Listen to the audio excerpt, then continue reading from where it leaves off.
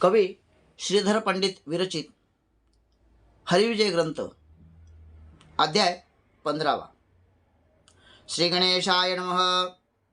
ओम नमो भगवते वासुदेवाय। ओम नमो भगवते वासुदेवाय। ओम नमो भगवते वासुदेवाय। 14व्या अध्यायात आपण पाहिले की अघ, बक, केशी आणि शकटासूर या काम, क्रोध, मद आणि मत्सर यांचे प्रतीक असलेल्या असुरांचा श्रीकृष्णाने अंत केला। श्रावण महिन्यातल्या पितृतिथी अमावस्येला माता आपल्या पुत्रांची पूजा करून त्यांना आदराने वाण देतात। रोहिणीने बळीरामाची आणि यशोदेने श्रीकृष्णाची पूजा केली। त्यावेळी बंदीशाळेत असलेल्या वसुदेव देवकीला आपल्या श्रीकृष्णाचे सावळे रूप आठवले आणि त्यांना खूप दुःख झाले। देवकी म्हणाले की 7 पुत्र होणे मी वांझच आहे। 8व्या पुत्राला मी जन्म दिला, पण तोही मला अंतरला। चांडाळ कंसाने माझी सगळी बाळे मारल्यामुळे आज वाण देण्यासाठी एकही पुत्र माझ्याजवळ नाही। परदेशी झालेल्या माझ्या ऋषिकेशा, मी आता वाण कोणाला देऊ? माझ्या अशा कोणत्या पूर्वकर्मामुळे मी माझ्या पुत्रांना अंतरले? हे वैकुंठनाथा, माझे बाळ आता मला भेटो। देवकीचा तो धावा गोकुळात खेळणाऱ्या श्रीकृष्णाला ऐकू गेला। श्रीकृष्ण गुप्त रूपाने क्षणभरात बंदीशाळेत पोहोचला। त्यावेळी देवकी वाण तयार करून श्रीकृष्णाचे चिंतन करत बसली होती। श्रीकृष्ण अचानक देवकीच्या मागे जाऊन उभा राहिला। देवकीने विचारले की अतिथी कोण आहे? तेव्हा जगनमोहन श्रीकृष्णाला म्हणाला की मीच अतिथी आहे। देवकीने मागे वळून पाहिले तर तिला सावळी मूर्ती दिसली। आश्चर्यचकित होऊन देवकी म्हणाले की तू कोण आहेस? माझा सावळा कृष्ण तुझ्या एवढाच असेल। त्यावर श्रीकृष्ण हसला आणि म्हणाला की माते, मीच तुझा सावळा कृष्ण आहे। श्रीकृष्णाचे ते बोल ऐकून देवकीच्या डोळ्यात आनंदाश्रू उभे राहिले। तिला पाहणा फुटला।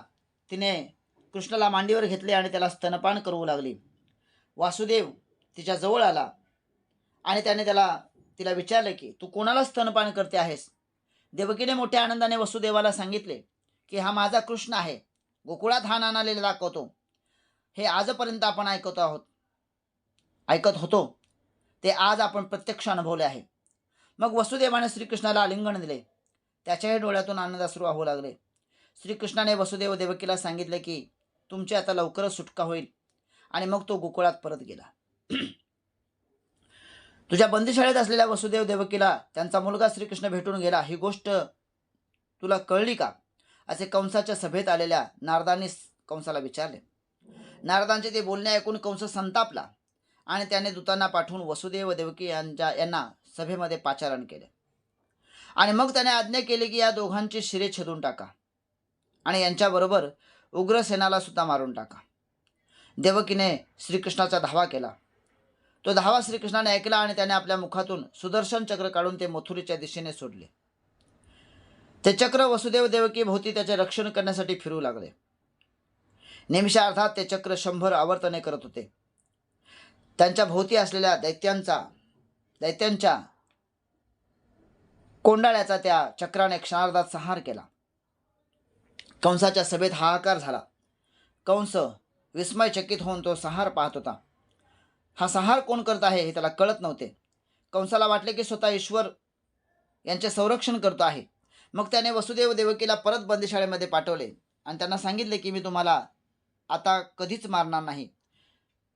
तुम्ही आता निश्चिंत राहा। एकदा श्रीकृष्ण आपल्या मित्राबरोबर वृंदावनात खेळत असताना गोरस विकण्यासाठी मथुरेस जाणाऱ्या गवळणी श्रीकृष्णाने पाहिल्या। त्यांच्याबरोबर राधाही चालली होती। गवळणींच्या त्या मेळ्यामध्ये राधा उठून दिसत होती। पेंध्याने झाडावर चढून पाहिले की श्रीकृष्णाला सांगितले की राधा तुझ्याकडे वळून वळून पाहते आहे। तिच्याकडे जाऊन तू दान माग। तिला सांग की आत्ताच मला दान दे। श्रीकृष्ण त्या गवळणीजवळ गेला आणि त्याने राधेचा पदर धरून तिला थांबवले। आता काही बोलू नकोस असे सांगण्याचा प्रयत्न राधेने नेत्रसंकेताने केला, पण श्रीकृष्णाने त्याकडे दुर्लक्ष केले आणि राधेला सांगितले की आमचे दान न देता कुठे चालला आहात? त्यावर राधेने त्याला सांगितले की आता तू माझ्या मागे लागू नकोस आणि माझी वाट अडवू नकोस। श्रीकृष्ण आपला हट्ट सोडत नाही। त्याने राधेला सांगितले की माझे दान दिल्याशिवाय तुला मथुरेला जाता येणार नाही। राधा म्हणाली की आता इथे कसे दान देणार? श्रीकृष्ण तिला म्हणाले की ते जमत नसेल तर कुंजवनातल्या एकांतात चल, तिथे दान घेतो. यावर राधा त्याला म्हणाले की तुला मी ठकवून इथून जाईन. श्रीकृष्ण तिला म्हणाला, मला सोडून, मला ठकवून तुला जाताच येणार नाही. यावर राधा म्हणाले की हे जर कंसाला कळले तर तुला या गोकुळात नांदता येणार नाही. या अशा खोड्या काढणे बरे नव्हे. त्यावर श्रीकृष्णाने तिला सांगितले की त्या कंसाला मी मारून क्षणात मारेन, चानूर आणि मुष्टिक यांना आपटीन. हे केल्यावर मग तू माझी नवरी हो. यावर राधाने श्रीकृष्णाला सांगितले की तुझा पुरुषार्थ मला ठाऊक आहे. तुला तर सगळ्या बायकांनी मिळून उखळाला बांधले होते. तू काखेत घोंगडी घेऊन गायी चारावयास, पावा वाजवावयास गोपाळांबरोबर खेळतोस, हेच बरे. तू काय कंसाचा वध करणार? राधेचे हे बोलणे ऐकून पेंध्या राघवला आणि म्हणाला की कृष्ण हा परमपुरुष आहे, हे तुला माहीत नाही का? शेष नारायण दोघे जण इथे अवतरले आहेत. गोकुळात श्रीकृष्णाने जे अनेक पराक्रम केले ते तुला माहीत नाही का? श्रीकृष्णाचा महिमा माहीत असूनही तू त्याची निंदा कशी करतेस? त्यावर राधेची एक सखी चंद्रकळा श्रीकृष्णाचे पाय धरून म्हणाले की गोकुळात चोरी करून तुझी तृप्ती होत नसेल तर तुला काय हवे ते आमच्याकडे माग, पण मथुरेला जाताना आम्हाला अडवू नको. राधा चंद्रकळेला सांगते की पहा, हा असाच भलत्या वेळी त्रास देतो. याने माझ्या संसारात पाणी घातले. हा माझ्या गायी राखतो म्हणून मी काही बोलत नाही, नाहीतर याचे कान पिळून मी याच्या हातात दिले असते.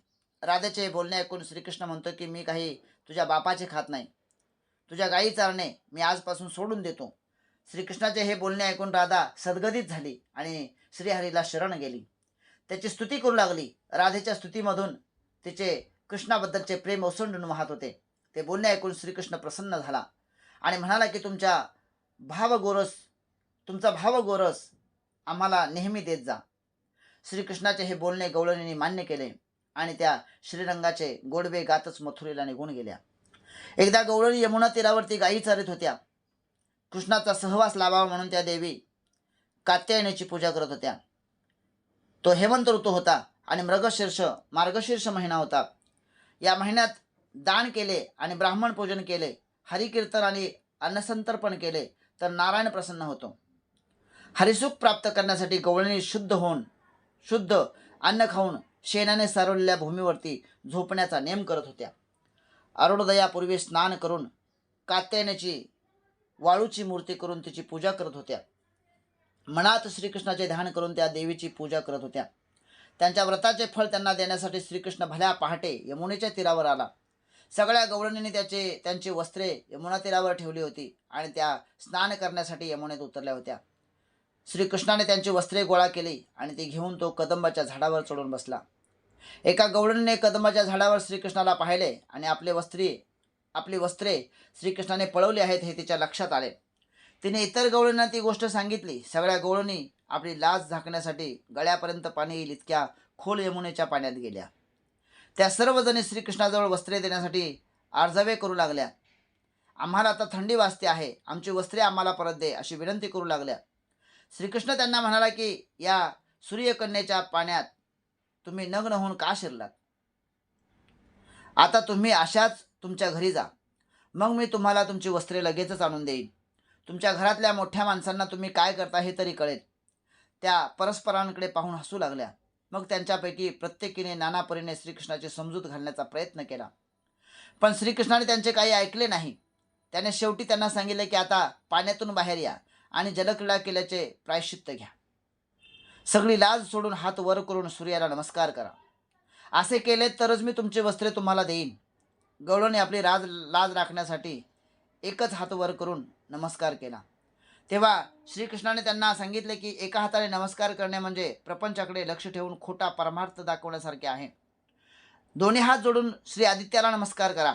गवळणीने मग श्रीकृष्णाने सांगितल्याप्रमाणे दोन्ही हात जोडून सूर्याला नमस्कार केला. तेव्हा त्यांची वस्त्रे श्रीकृष्णाने त्यांना परत दिली. मग त्या गवळणी श्रीकृष्णाला म्हणाले की आमचा काम तुझ्या सहवासाने शांत होईल आणि आम्ही निष्काम होऊ. त्यावर श्रीकृष्णाने गवळणींना सांगितले की शरद ऋतू असताना पौर्णिमेच्या रात्री मी मुरली वाजवून तुम्हाला संकेत देईन, तेव्हा तुम्ही वृंदावनात या.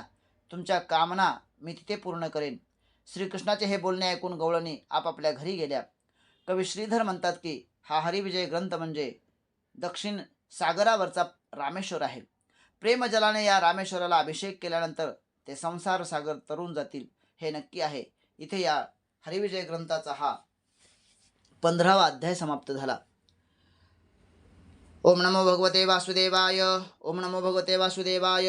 ओम नमो भगवते वासुदेवाय. श्रीकृष्णार्पणमस्तु. शुभम भवतु, शुभम भवतु, शुभम भवतु.